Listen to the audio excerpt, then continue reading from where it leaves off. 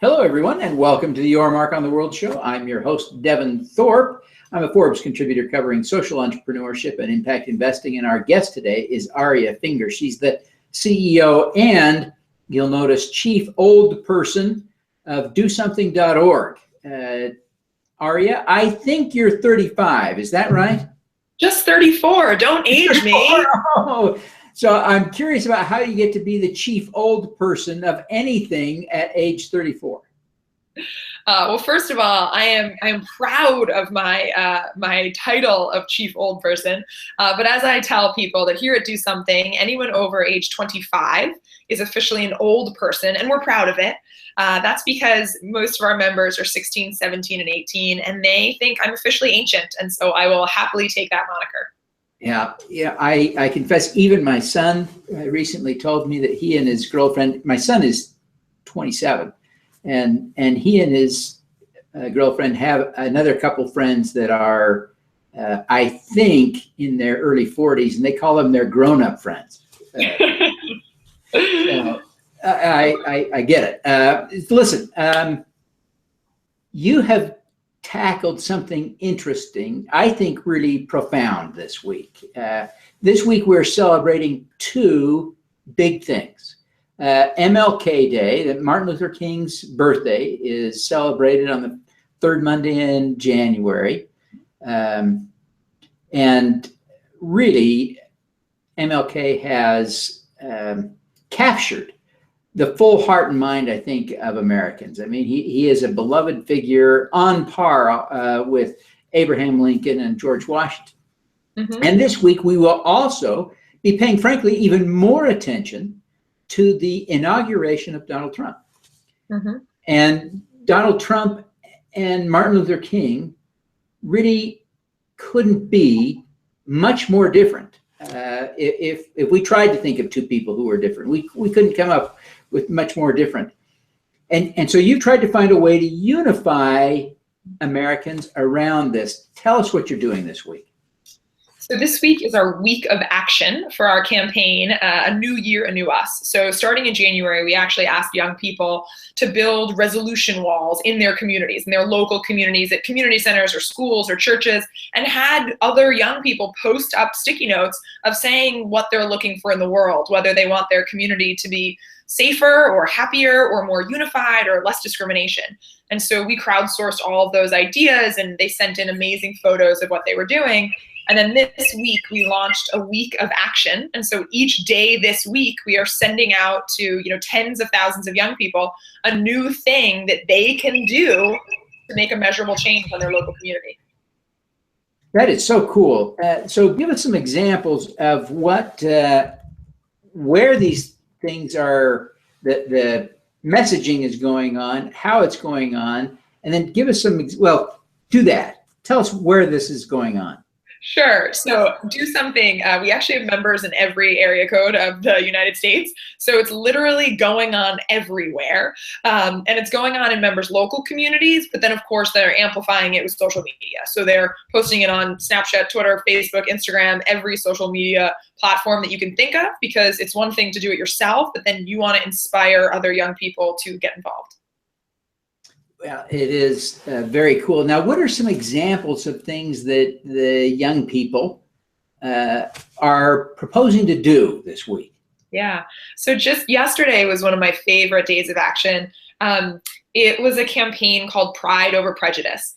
And it was a campaign that celebrated where you're from, because we are all immigrants. We are all new to the United States, except for Native Americans who were here first. And so we had young people sort of shout loud and proud about where they're from.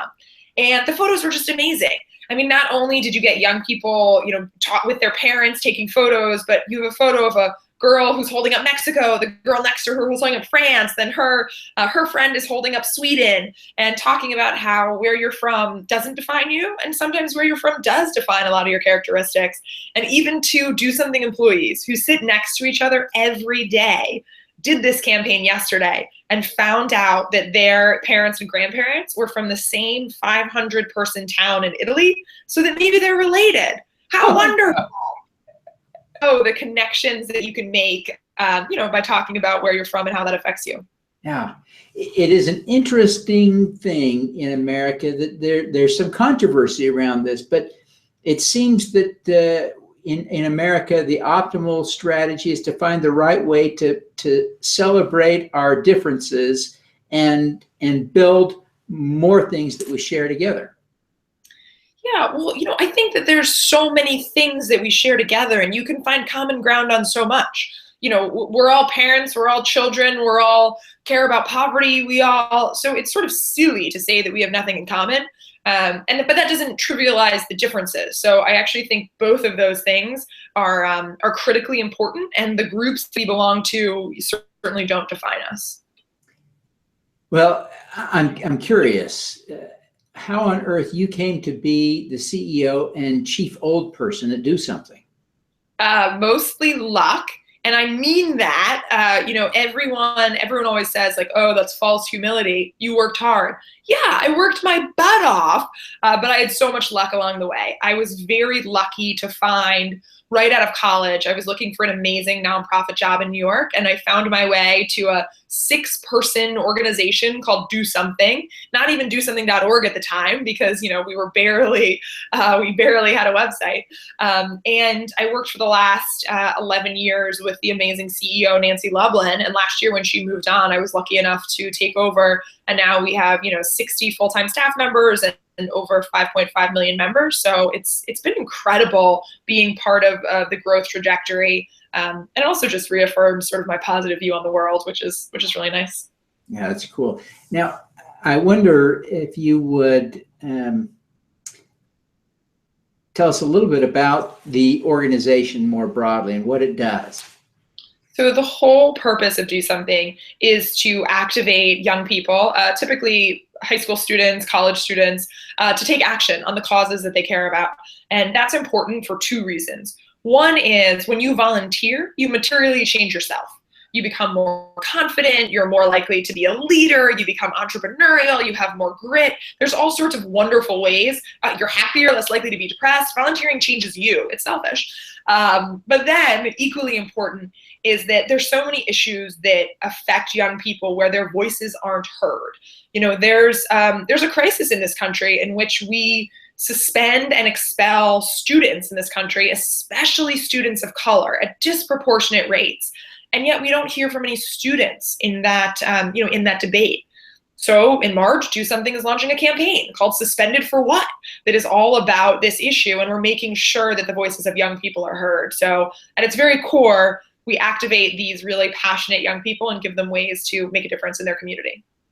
Now, one of the things you've done as CEO is to launch TMI, Too Much Information. It's a database about young people that you use for marketing. And I'm describing this horribly. You tell us what TMI is. Sure. Well, so over the years, Do Something realized that we have all of this incredible information on young people, what causes they care about, what social platforms they use to, spread the cause news, anything you could possibly imagine. And we were keeping it ourselves. And we thought, one, wow, we could really affect every issue. We could help every not-for-profit. We could help all these companies that are launching CSR initiatives. But then 2, as a not-for-profit, we always are looking for sustainable revenue streams. And so this could be an amazing sustainable revenue stream for us. So we really launched TMI, Too Much Information, as a consultancy that is at the intersection of young people and social change. And so brands, not-for-profits who are looking to, do amazing social change initiatives, but need, some strategy, some advice, that sort of thing, they come to TMI. And we've been lucky enough to work with, some really incredible partners. Oh, fantastic. Well, Aria, you are revered. You are honored. You are old. Yeah, old. Who do you look up to as a role model? This is so hard because there's too many, but I will choose someone who's also in the not-for-profit space, who I have admired from afar for a long time. Criminal justice in particular is an issue that I'm very passionate about. It sort of brings all of my sort of values together. The idea that we should fight inequality and the discrimination that's built into our criminal justice system, and we have to sort of tear down the oppression that is a legacy of so many years. And one person in particular, and I'm not alone in revering him. But Brian Stevenson, who's the CEO of the Equal Justice Initiative, EJI, is such an inspiration to me because he's someone who came from humble beginnings. And he got a scholarship to Harvard Law School, on his incredible merit, intellect, and hard work. And so many people would go off to a fancy law firm and make millions of dollars. And there's nothing wrong with that. Everyone needs to find their own path. But he didn't do that at all. He, went down and said, I am sick that young people under 18 are being, sentenced to death. I am sick that these people are in jail and prison who shouldn't be. And he's been fighting for it all his life. And so he's a real inspiration about how you can use your gifts to make a measurable impact on the world.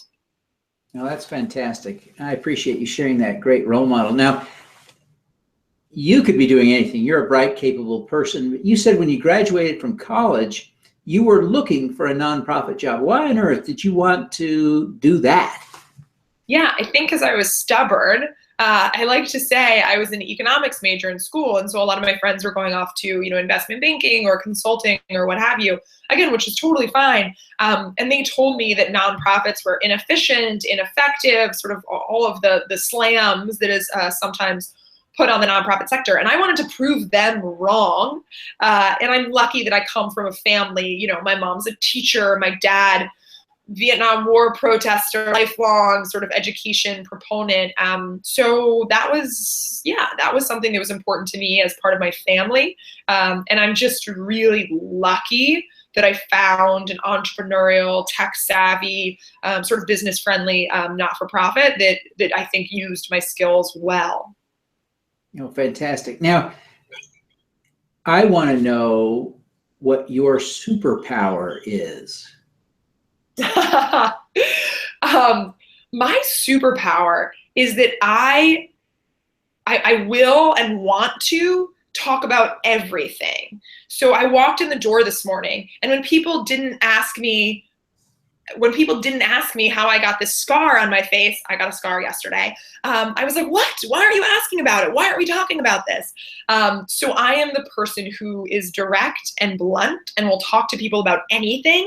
And that is my superpower, but it is also my kryptonite. And I truly believe that most people's superpower and kryptonites go hand in hand. I won't tell you what my superpower is, but I will tell you that it is also my kryptonite. I totally get that. Thank you. Now, thank you so much for being with us. Before you go, tell us how people can learn more about this week's activities, how people can learn more about DoSomething.org, and how they can connect with you personally. Yes. So if you go to DoSomething.org/unity, that is the central hub for our New Year, New Us campaign. You can also text JOIN to 38383. But DoSomething.org is the hub of everything we do. And you can, follow me on Twitter at Aria Irene or shoot me an email. I'm just Aria@DoSomething.org. Fantastic. Well, Aria, thank you so much for taking the time to be with us today. We love what you're doing and wish you every success in building unity in America. Thank you. Appreciate it. All righty. Let's do some good.